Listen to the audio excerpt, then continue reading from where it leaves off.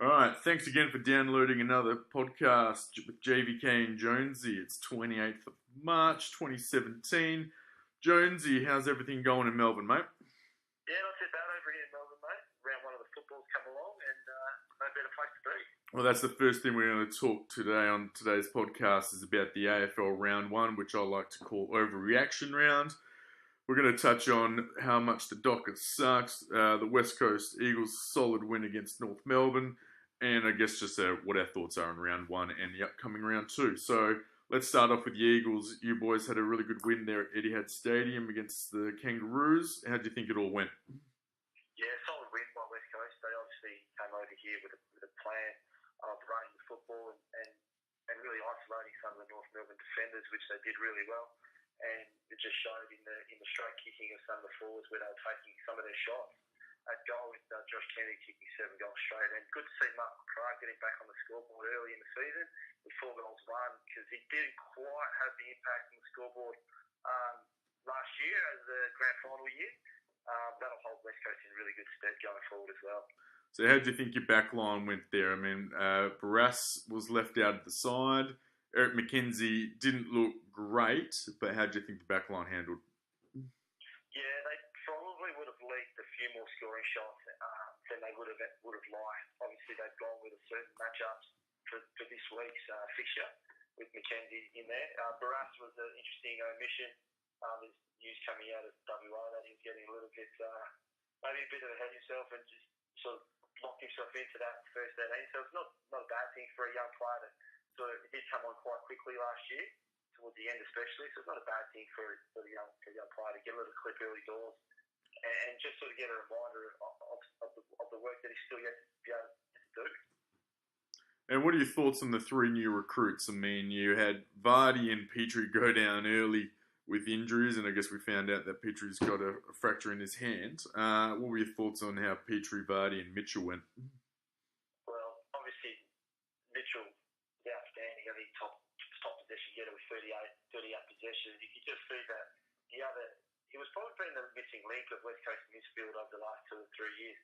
Not just so much for his game, but just his experience. West Coast don't really have that really senior midfielder to complement some of these young guys that are coming through. I know Matt Prittis is there, but Mitchell has seen it and done it all before, and you can see that where the positioning was and fluency coming out of the stoppages, and that's why they were able to get so many marks inside 50, and because the West Coast forwards were able to get some really some isolation. It's a good one-on-one. Do you also think it comes down to, I guess, just Mitchell's quality of possession? I mean, with the midfielders there, and Shuey and Prittis, I mean, elite kicks isn't exactly the first thing that springs to mind. I mean, Prittis, it's handball out or just, kick it. I mean, I'm not saying they're shocking kicks, but you never really considered them elite. What are your thoughts? No, they're not elite kicks. They're not very long kicks. They're a bit, and Mitchell doesn't add to that, but he's poised around the contest on both sides of his body. It allows him more time than others to really manoeuvre his way through minimal space and hit targets, and that brings everyone else into the game. And you can hit a player up on the wing, and they can wheel around and kick it deep into the forward line. When you've got Darlings and McRae along with Kennedy's, and then you've got Cripps who kick 3 goals as well. They just complement each other, and it's probably just that back line that they would probably feel that just didn't quite work as well as they would have liked. But being round 1, they still got the win, and that's something that they can obviously work on going forward. So do you think McKenzie and Jetta are playing round 2? I'll persevere with Jetta. He's still obviously finding his way in the system. There's talk through the broadcast that he's a bit disengaged from the group in certain situations. There were some times there where he did put in and put himself in some very strong positions to get the football. But he just needs to sort of engage more and back his ability, and because he showed at Sydney that he can do it, and he's very damaging with that right foot of his. He just needs to work a bit harder. we're going to speak about work rate later with Freo, and his work rate is something that really does need to improve to get some more contest and get some more space around the ground. And let's now, I guess, perfect segue into, I guess, the Fremantle-Geelong match, which was the last match of the round. As you know, I'm a big Dockers fan. I was pretty optimistic at the start of the season, and especially hours before the game. And Before the game was very optimistic. The photo, he looked very full of exuberance and anticipation. Absolutely, it's round one. We're undefeated, living the dream. And yet, even within the first few minutes of the match, I thought, this is a really good, hard contest. And then Geelong decided, we're just going to turn it up a bit, turn up the heat in the engine room, and just absolutely pantsed us. Yeah, what really hurt Freo, especially when the game started to close in the first quarter and a half, was their defensive turnovers. Obviously, Johnson turned the ball over twice that directly resulted in goals. One from a kick in that didn't go off over Hawkins' head from when he was on the mark. Those turnovers that directly cost goals are really, really costly in the grand scheme of the game. Well, they're deflating for all your teammates. I mean, when you see that, you see after a mistake, everyone's giving each other high fives. It's all right, bad luck, mate. Next one. But let's be honest. When your teammate does something stupid like that, I think there's even a form of you lose a bit of respect for him, because it's like, how do you do it? I mean, especially Johnson. It's not like it's his first game. He's been around for a very long time, and those mistakes are just unacceptable. And I just don't really think the way that Ross handled the press conference, thinking he should have better prepared them. I mean, that's just a coach just trying to take one for the team, when at the end of the day, it's round one. The players should have put in the effort. They should have been hard at the ball, which is something that you saw Port Adelaide do against Sydney. I mean, what a fantastic match that was. And that was a team playing for their coach. I mean, I really do believe that. I mean, I know a lot of West Australians are pretty anti-Ross Lyon because they just think he can't win a final. I mean, is Ross going to be able to see out his 4-year plan? Well, he's definitely got the time up his sleeve. It's just whether or not he gets the opportunity from the club. He's shown across his tenure across both clubs now that he does like to keep the game quite condensed and low scoring. But football in the last 2 or 3 years especially, probably since Fremantle's grand final performance, it's more of a scoring game. And you can see that with the other teams and some of the scores that they're churning out. And they're a lot more offensive based, and especially with the new ruck rules, you think that Freo would be more offensive because they'd get a bit more freedom from the clearances, but they don't seem to be using the ball very well. I think they had 40% efficiency, scoring efficiency going inside 50 on the weekend, and they actually went inside 50 8 more times than Fremantle, than Geelong as well, and they still managed to lose by, 40 odd Yeah, points. I was absolutely shocked by that stat that we had more inside 50s. But I mean, you can have all these inside 50s, but the quality of ball wasn't really going in. I mean, saying that, Geelong were flooding back, so it was pretty hard to actually pick out people. But when, it's a high-scoring game these days. I mean, you're going to have players in the team that are quality kicks, and then you've got a player like Zach Dawson, who, back when, not every player was required to be a quality kick, but you are now. And I saw moments during the match where people saw Dawson completely open. They're like, I'm not going to kick it to him because what's he going to do with it?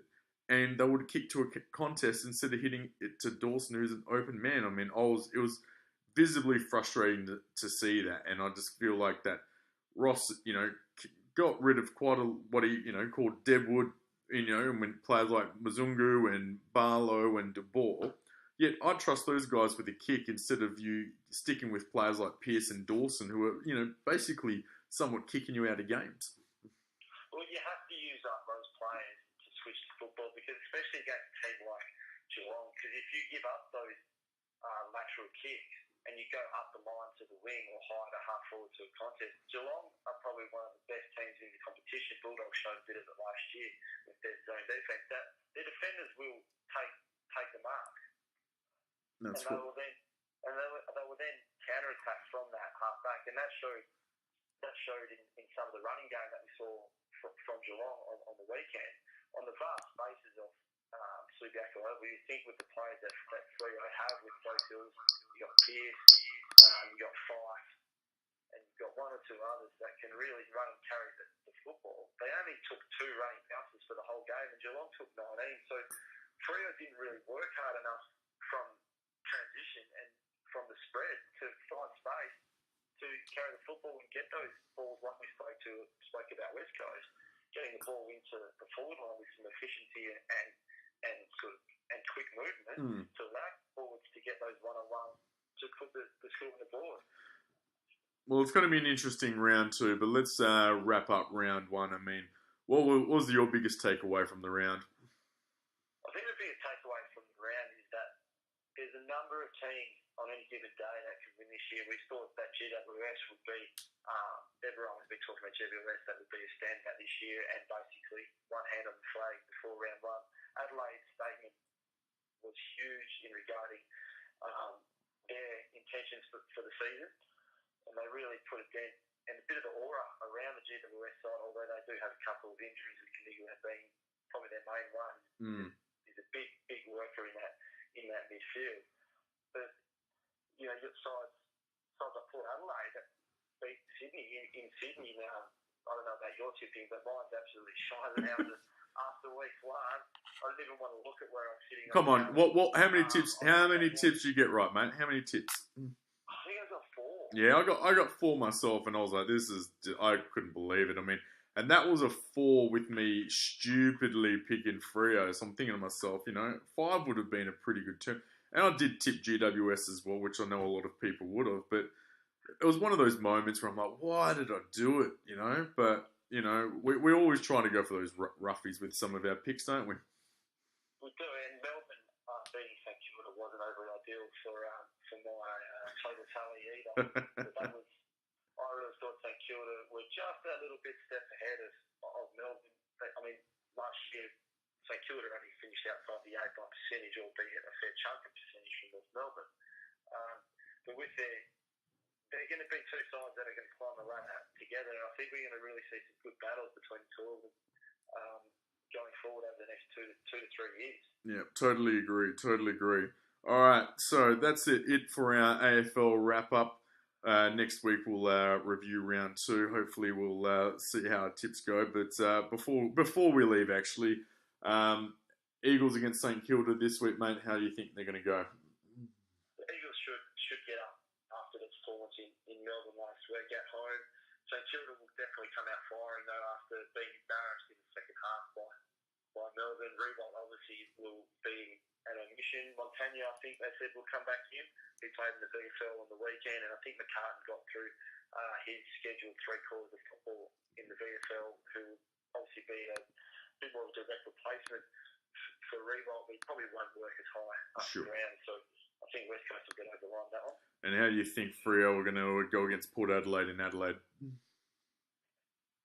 Well, after Port Adelaide's performance in Sydney, I don't think you'd be a brave person to sit Freo this week on the in Adelaide, that oval there. I think you'll find that Port will just run around them quite convincingly. I don't think there's going to be too much to worry about for Port, and we could see Port and Adelaide playing each other in round 3 derby, both being 2 wins from 2 games, with Adelaide playing Hawthorn on the weekend.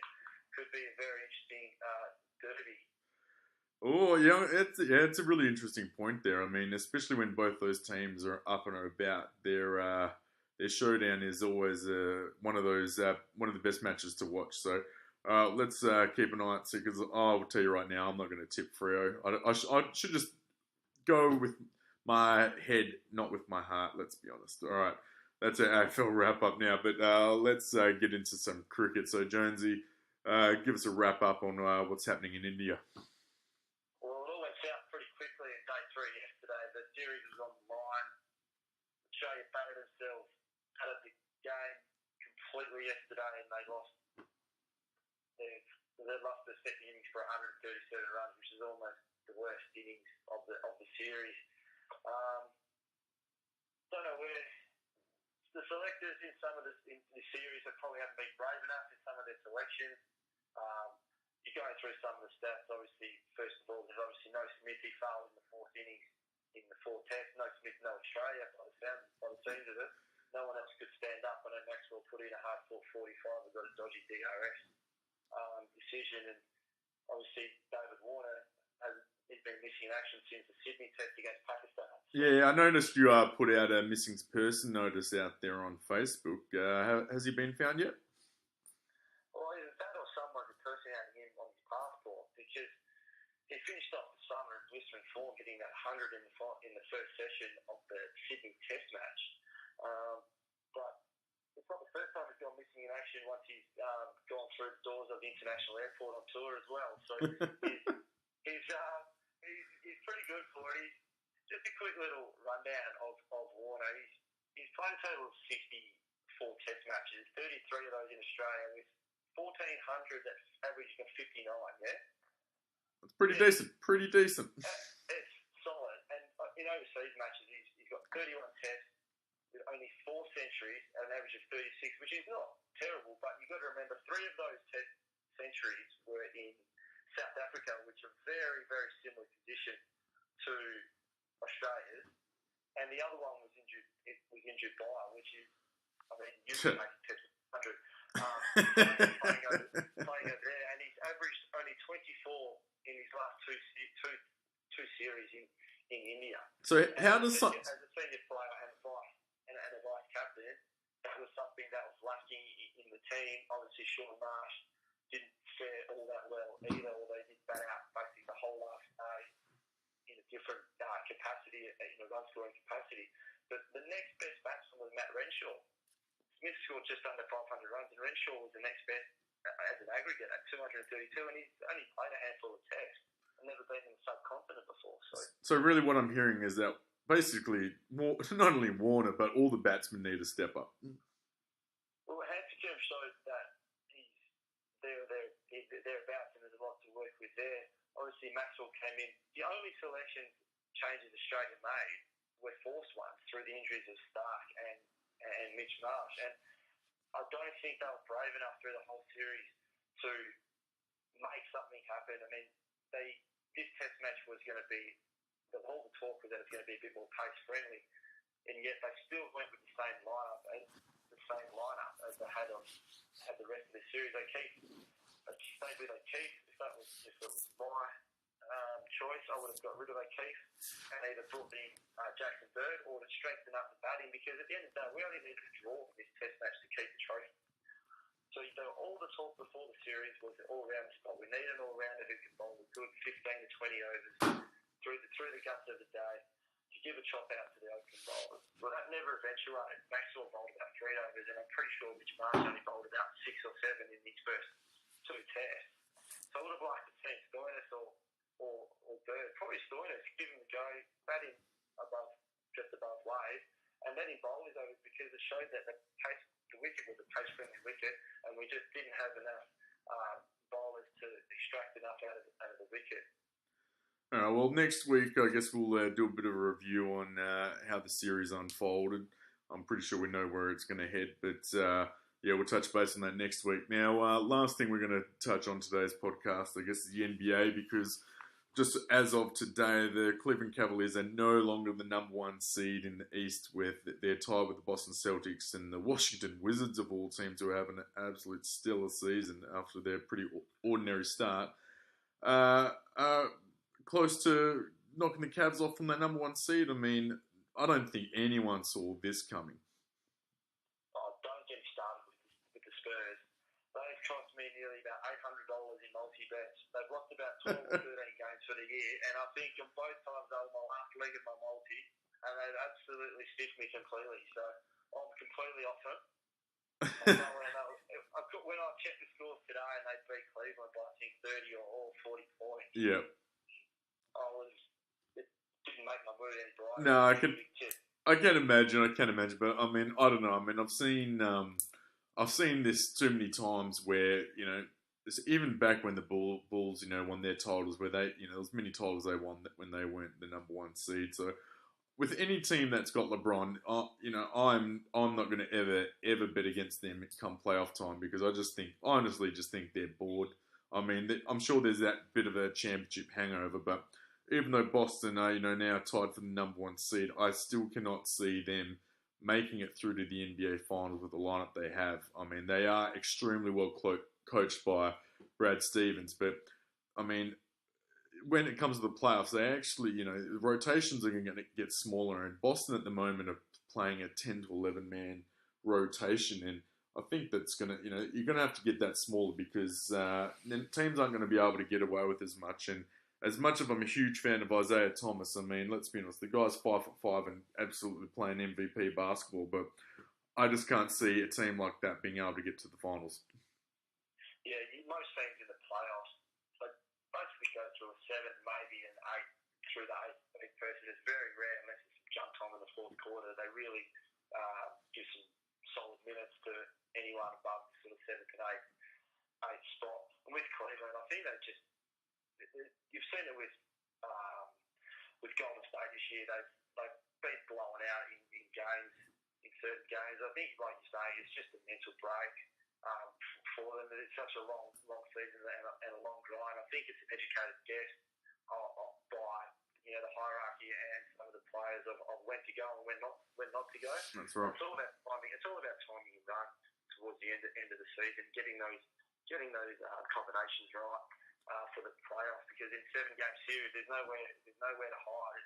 The best inevitably will go through because it's very hard for sides that aren't that equipped to go through over 7 games. They might be able to win one or two games, but to do it over a 7-game series is extremely rare and difficult. Exactly, and that's why I absolutely love the NBA because there's no one-off wins that teams can just every team can have their day, but the cream always rises to the top in the playoffs, and it's going to be interesting. I mean, I'm really looking forward to them. I mean, I think most of the teams have kind of just had enough of the season, and they're just going through the dog days of the NBA and just want to start hitting up the playoffs. I mean, I think with Cleveland having their woes, they're 7 and 8 in their last 15 games, which is pretty poor. But I think the one team that's probably happy to see them struggle is the Golden State Warriors because with their Kevin Durant injury, they've won I think 8 in a row now.